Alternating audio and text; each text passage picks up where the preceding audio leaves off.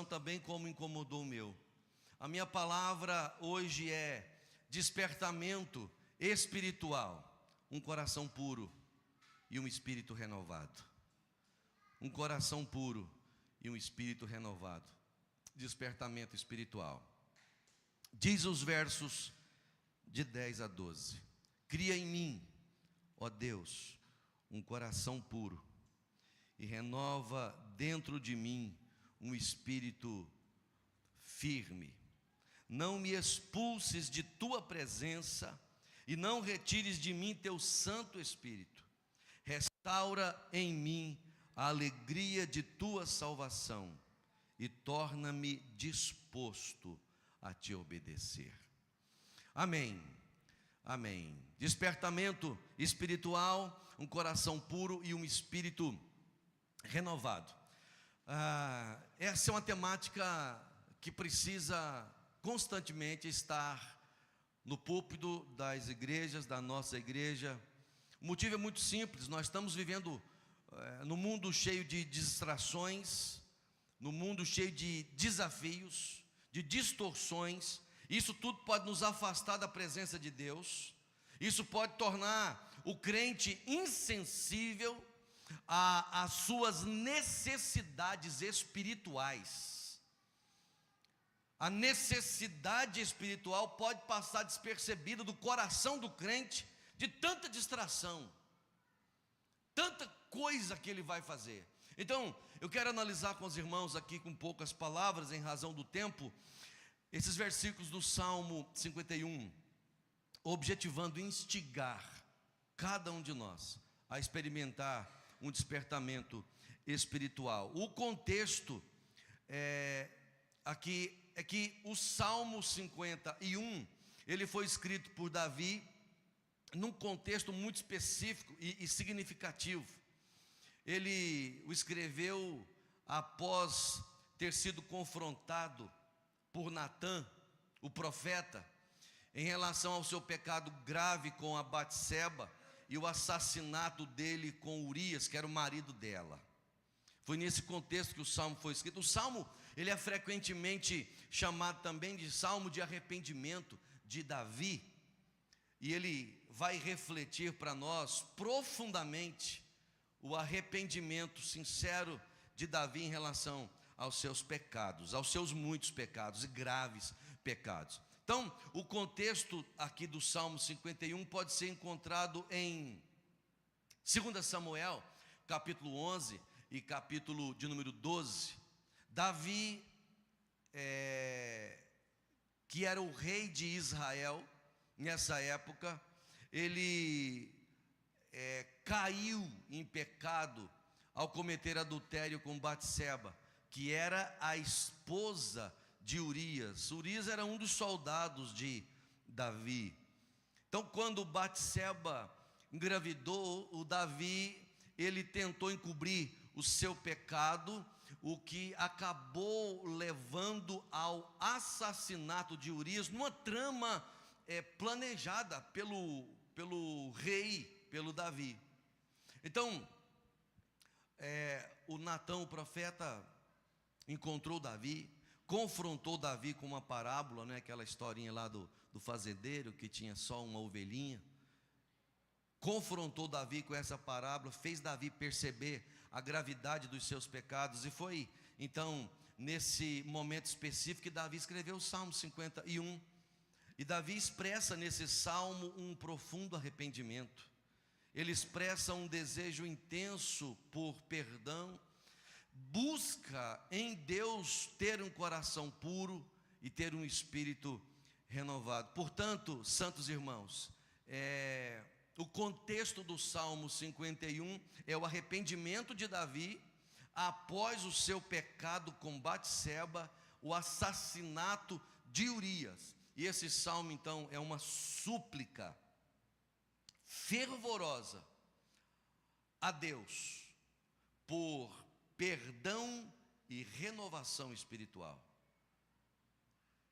Algumas lições rápidas. Pensando no versículo 10 na parte A, versículo 10 a parte A diz: cria em mim, ó Deus, um coração algumas verdades aqui. A primeira verdade que o Salmo, que é inspirado pelo Espírito Santo, nos ensina é acerca da incapacidade humana e a graça de Deus ao mesmo tempo. Imagine comigo, quando ele diz, cria em mim um coração puro, se não fica aqui claro a natureza pecaminosa inerente à humanidade após a queda. É disso que ele está falando. A capacidade para ter um coração puro não está dentro do poder humano. Por isso que ele diz, Deus, o Senhor tem que criar em mim. É Deus que precisa gerar essa pureza na pessoa, no crente. E isso destaca ao mesmo tempo, então, a dependência da graça divina para que haja purificação espiritual. Dependência da graça de Deus. Outra coisa que esse versículo 10 nos ensina é acerca da regeneração divina. Um ponto a ser notado aqui nesse versículo é acerca então da regeneração, do novo nascimento, que nós chamamos também, onde Deus soberanamente é quem transforma o coração do pecador. Cria em mim um coração puro. Ou, nos dias atuais, o Senhor tem que mudar o coração humano. O Senhor tem que tirar o coração de pedra e colocar um coração de carne, colocar o Espírito do Senhor no coração de carne, para que coisas aconteçam, para que a espiritualidade surja. Se Deus não trabalhar, é um ato, irmãos amados, de Deus, que capacita a pessoa, a partir de então, a amar a Deus de maneira profunda e genuína. Esse é o desejo de Davi. O Senhor precisa criar em mim um coração puro, para que eu então possa viver um despertamento espiritual profundo, para que eu possa ser renovado profundamente. Ao mesmo tempo, esse versículo 10 fala de uma santificação contínua, uma santificação continuada. Todo crente precisa entender isso, para não descansar num fatalismo perigoso, de um Deus que é soberano, que regenera, que cuida, e aí você descansa nessa graça maravilhosa e poderosa, e continua a viver uma vida de pecado, tendo relações com Batseba e matando Urias, e vivendo como se nada disso fizesse a menor diferença. Então a obra de Deus, ela não se limita a apenas a conversão. A obra de Deus, ela continua ao longo da vida do crente, purificando o crente, santificando o coração do crente. E isso significa então, nesse mesmo versículo 10, reconhecimento de pecado. Reconhecimento de pecado. Nós precisamos, santos irmãos, reconhecer os nossos pecados, nos arrepender deles, porque isso é pré-requisito para Deus criar em nós um coração puro. Deus não cria coração puro na vida daqueles que não conseguem olhar para si e entender que estão em pecado e se arrependerem desses pecados. É fundamental o reconhecimento da nossa pecaminosidade e da necessidade do agir de Deus. Cria em mim um coração puro. O versículo continua dizendo, renova dentro de mim um espírito firme. Renova dentro de mim um espírito firme. Aqui nós estamos pensando agora acerca da renovação também pela graça de Deus. Renovação também pela graça de Deus. A renovação do espírito firme ou inabalável, como diz a outra versão, deve ser vista como mais um ato da graça de Deus. Por quê? Porque ela enfatiza mais uma vez a total dependência de Deus para a transformação espiritual. É isso que Davi está dizendo. O Senhor tem que renovar dentro de mim esse espírito firme. Se o Senhor não fizer, eu não consigo fazer. É mais uma vez um ato, uma bondade do Senhor sobre a minha vida. O ser humano, em seu estado natural, ele não é capaz de alcançar essa estabilidade por si mesmo. Se deixar cada um de nós ao nosso bel prazer, nós nos afastaremos da renovação espiritual. Nós nos afastaremos da santificação que é progressiva. Nós vamos sujarmos-nos no pecado. Agora, essa transformação, de acordo com esse versículo que você está vendo aí, é uma transformação interna. Não é isso? Dentro de mim eu quero ser renovado. Então, o Davi não está querendo aqui uma maquiagem. Ele não está querendo que aconteçam mudanças apenas externas, tão somente de comportamento. Ele não quer apenas enganar as pessoas. Ele não quer apenas vestir uma roupa de crente. O Davi aqui, ele está querendo mudança no cerne do seu ser, por isso que ele está tratando do mundo interior. E com isso nós entendemos que um despertamento espiritual é Deus agindo no coração, é Deus agindo no espírito do crente, tornando estável e firme em sua vontade diante de Deus. Precisamos disso, irmãos, porque senão nós vamos caminhar e vamos passar mais uma década ou duas, e as igrejas vão até continuar, mas serão igrejas carnais demais. É crente que participa do culto e logo após o culto vai para a boate, vai misturar no inferninho que tem por aí por todo canto, porque sem despertamento espiritual você não deixa de ser crente, não deixa de ter nome de crente, mas continua sendo crente e vivendo todas as práticas que são costumeiras do mundo do homem sem Deus. Não é à toa que Paulo chama os coríntios de carnais, embora olhe para eles como sendo convertidos, pelo menos na sua maioria. Ele diz: eu não posso chamar vocês de espirituais, e sim como a carnais, e carnais não é ausência de salvação, é imaturidade cristã, é meninice cristã. É gente que briga por causa de pirulito e de balinha. É gente que está na igreja, mas não consegue ouvir uma palavra, não consegue se relacionar com o irmão, não aceita crítica, vive de qualquer maneira e acha que na igreja pode viver de qualquer jeito. Paulo nos ensina que nós temos que avançar na nossa espiritualidade, na nossa maturidade. Em Corinto havia briga, divisão na igreja, havia adultério, fornicação, havia uma discussão, e até em relação à questão espiritual dos dons, eles eram imaturos e meninos. Até quando queriam mostrar a espiritualidade, eles eram carnais. Paulo está dizendo: o que é isso? Maturidade espiritual é uma transformação interna. Ele fala acerca de um espírito firme, ou seja, de estabilidade na fé. É isso que essa expressão espírito firme sugere, uma fé que não é abalada facilmente por circunstâncias, uma fé que não é abalada por causa de dúvidas. Por isso que ele quer uma transformação interior, transformação firme, porque se for só de fachada, se não houver profundidade com Deus, quando vier as circunstâncias, quando a tempestade vem, você se abala, você cede, você não dorme, porque não acredita que Deus dá aos seus amados enquanto dormem, que Deus, segundo a sua riqueza em glória, supre cada uma das nossas necessidades em Cristo Jesus, que Ele é o pastor que não deixa faltar nada. Quando somos renovados e fortalecidos no nosso ser interior, mesmo diante dos desafios, das tentações, como é o caso do adultério e do assassinato, desse assédio por encobrir pecado com outro pecado, quando isso acontece, ou mesmo quando surgem as dificuldades no coração do crente, ele está renovado, ou ele sendo renovado espiritualmente permanece firme. Por isso é importante ser renovado espiritualmente, interiormente. E quando eu falo renovado, eu estou falando de um espírito avivado.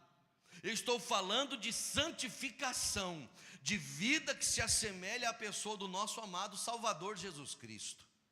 Por isso, mais uma vez eu insisto que a santificação, ela é continuada, ela é contínua.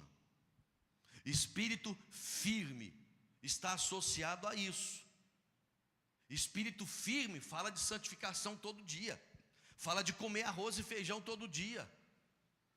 Espírito firme fala que você se alimenta direitinho todo dia, para não adoecer, para não enfraquecer. Então todo dia, aquele que tem espírito firme, um coração renovado, está lendo Bíblia e está orando, está buscando a Deus, está jejuando, está clamando pela graça de Deus, está lixando o seu orgulho todo dia, toda semana.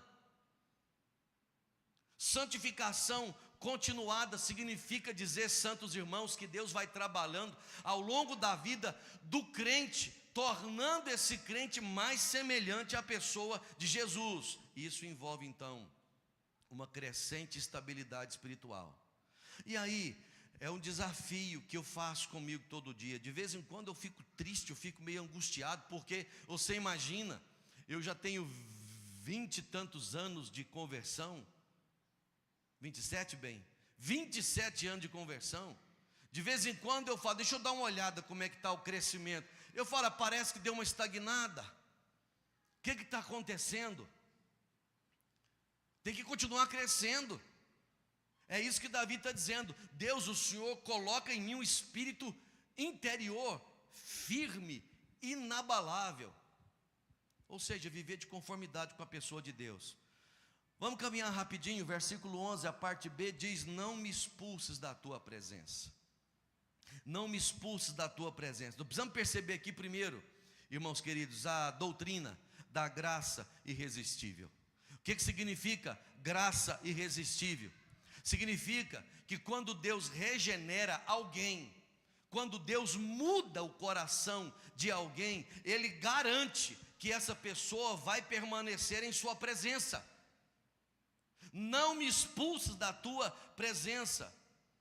Irmãos amados, o que está por trás dessa frase é que Deus não pode expulsar da sua presença. Sabe por quê? Porque a obra de Deus em sua vida é eficaz e ela é preservadora. Aqueles que Deus trouxe para a sua presença, Ele não joga mais fora.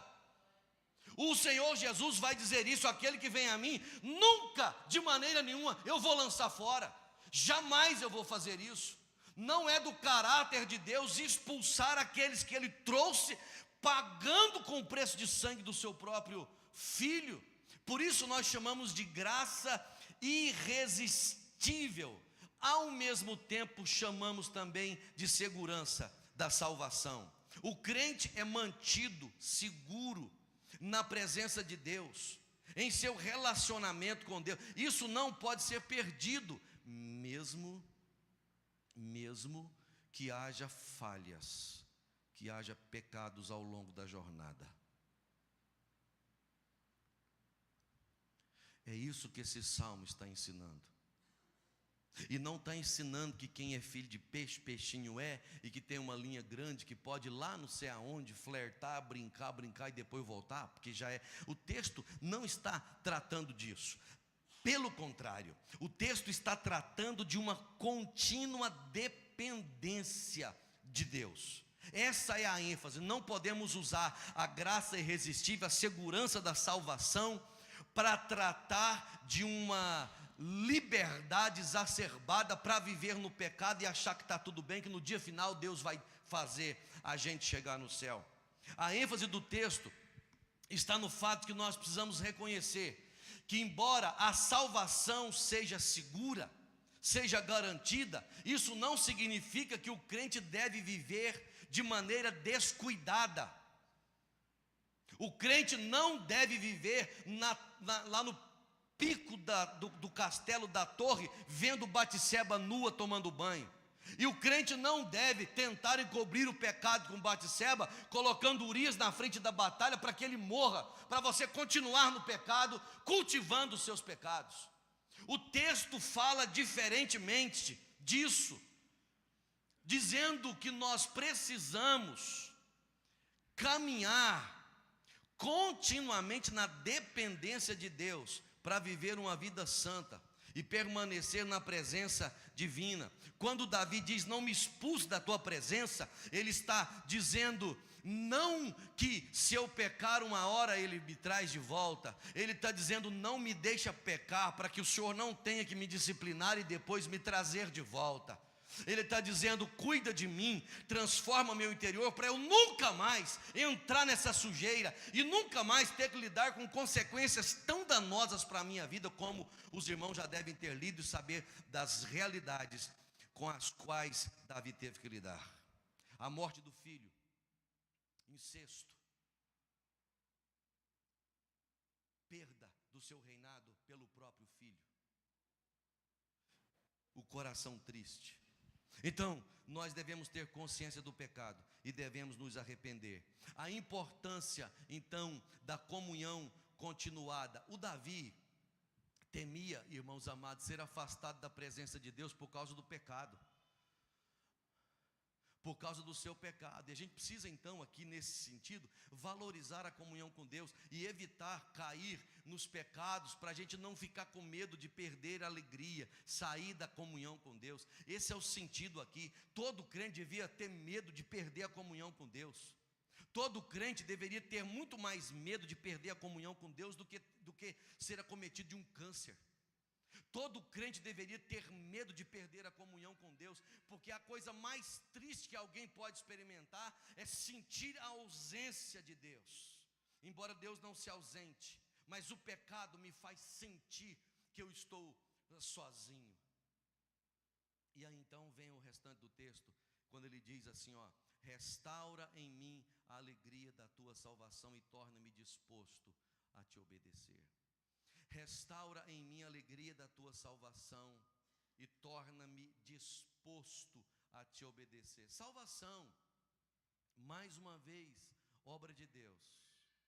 E é interessante, à luz desse versículo, é entender que a salvação, preste atenção, ela traz muita alegria.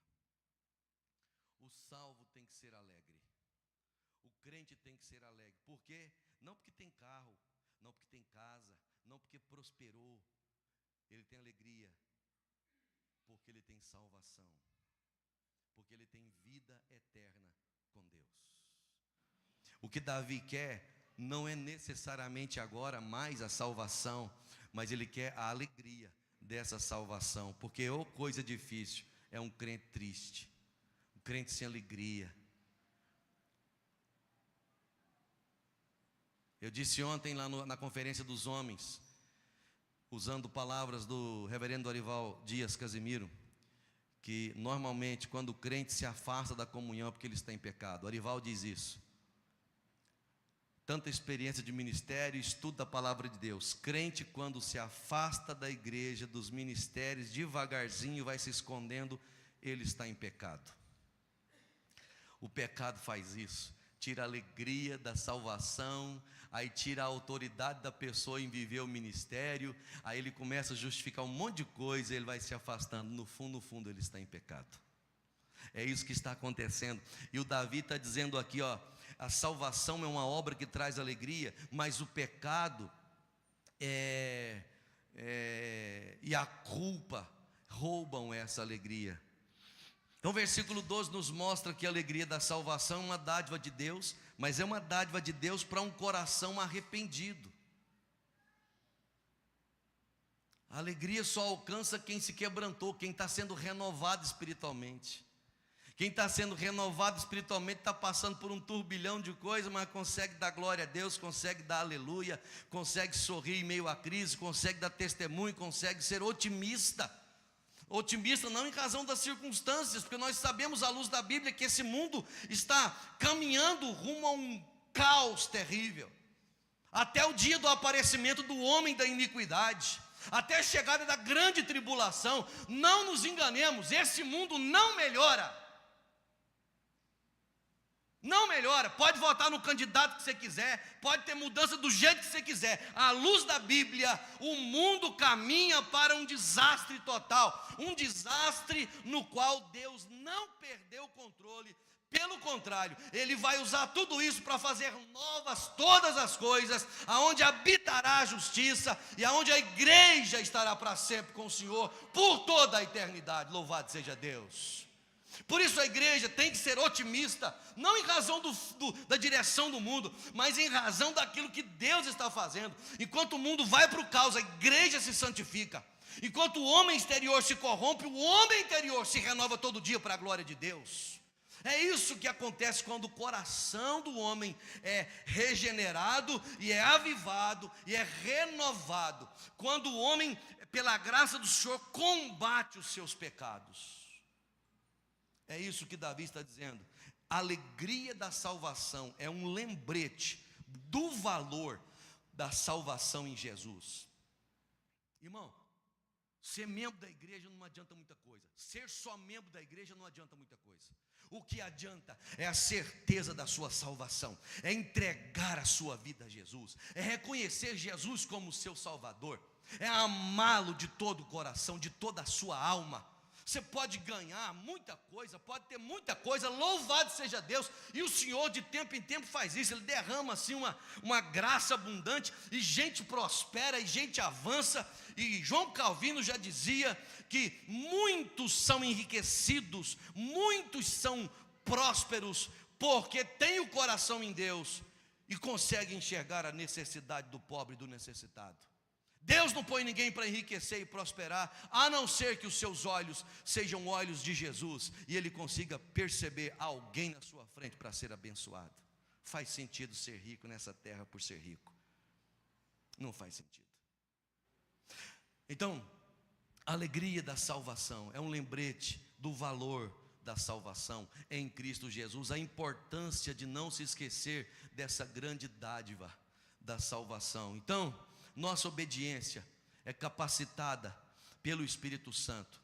O verso 12 vai dizer assim, ó: restaura-me a alegria da tua salvação e torna-me, perceba a ação do Espírito, a capacitação do Espírito. Mais uma vez, ele coloca toda a ênfase na pessoa divina e eterna. Torna-me disposto a te obedecer. Ninguém pode obedecer se Deus não renovar o coração, se Deus não santificar. O máximo que pode fazer é fazer de conta, até cair a máscara. Mas quando o Espírito Santo visita nosso coração, nós caminhamos em direção ao Senhor.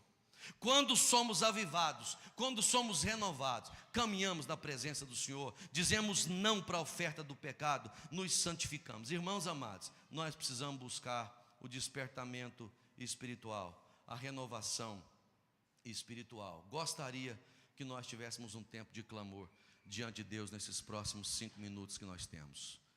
Um tempo de despertamento espiritual. Acredito eu, santos irmãos, que todos nós estamos no mesmo barco. Todos nós precisamos de uma renovação espiritual. Precisamos de encorajamento. Todos nós precisamos arrepender dos nossos pecados. Alguns talvez entregar a vida a Jesus, tomar uma decisão inicial, olhar para Jesus e crer no Senhor. Mas todos nós precisamos cuidar das nossas emoções, sentimentos. Concluamos, irmãos, a um momento de oração, de quebrantamento. Oremos. Senhor, nós estamos diante da Tua palavra bendita.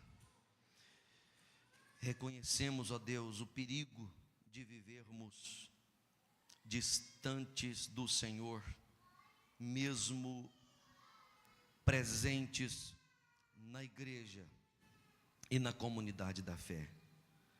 Tememos, ó Deus, viver a vida cristã de maneira tão superficial,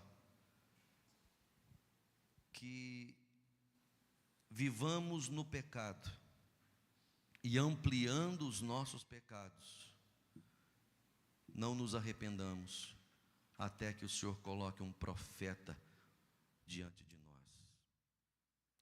Pedimos ao Senhor que hoje mais uma vez esta Tua palavra seja o grito profético, dizendo que a culpa está em nós,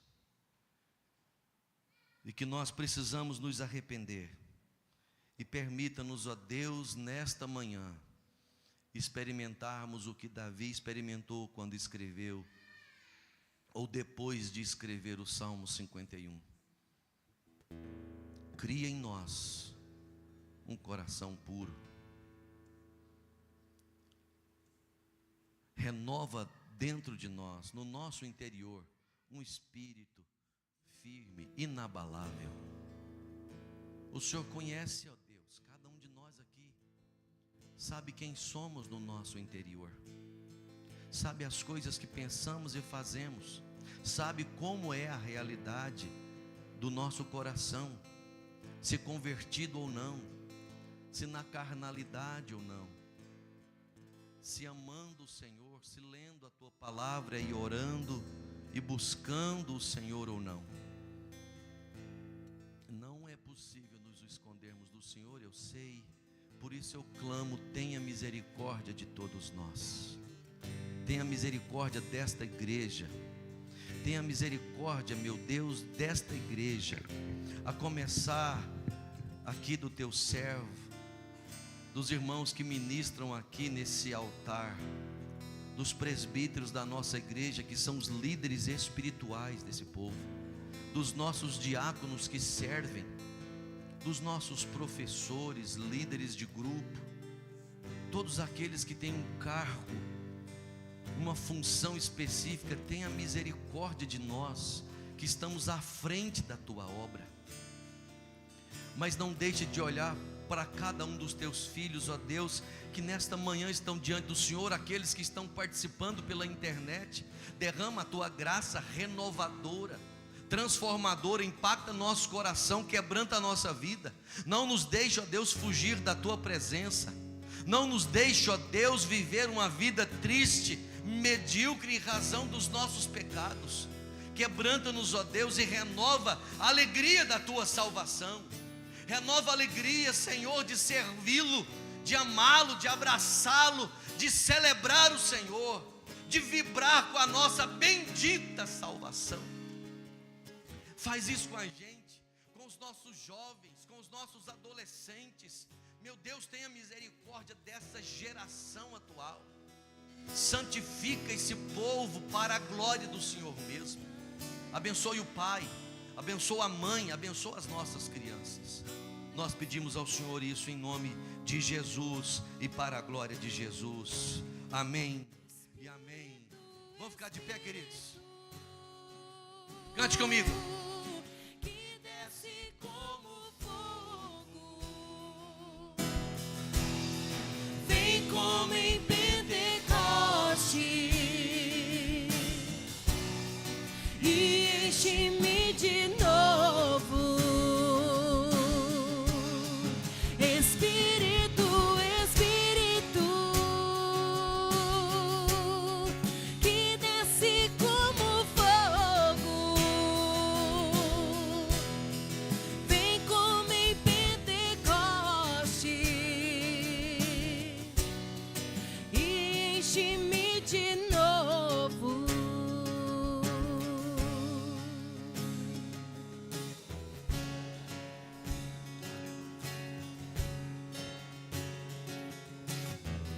Queridos irmãos, você vai voltar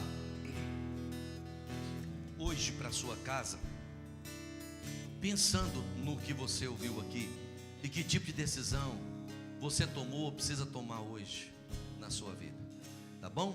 Em nome de Jesus, nós vamos agora dividir as nossas salas, vamos para a nossa escola bíblica.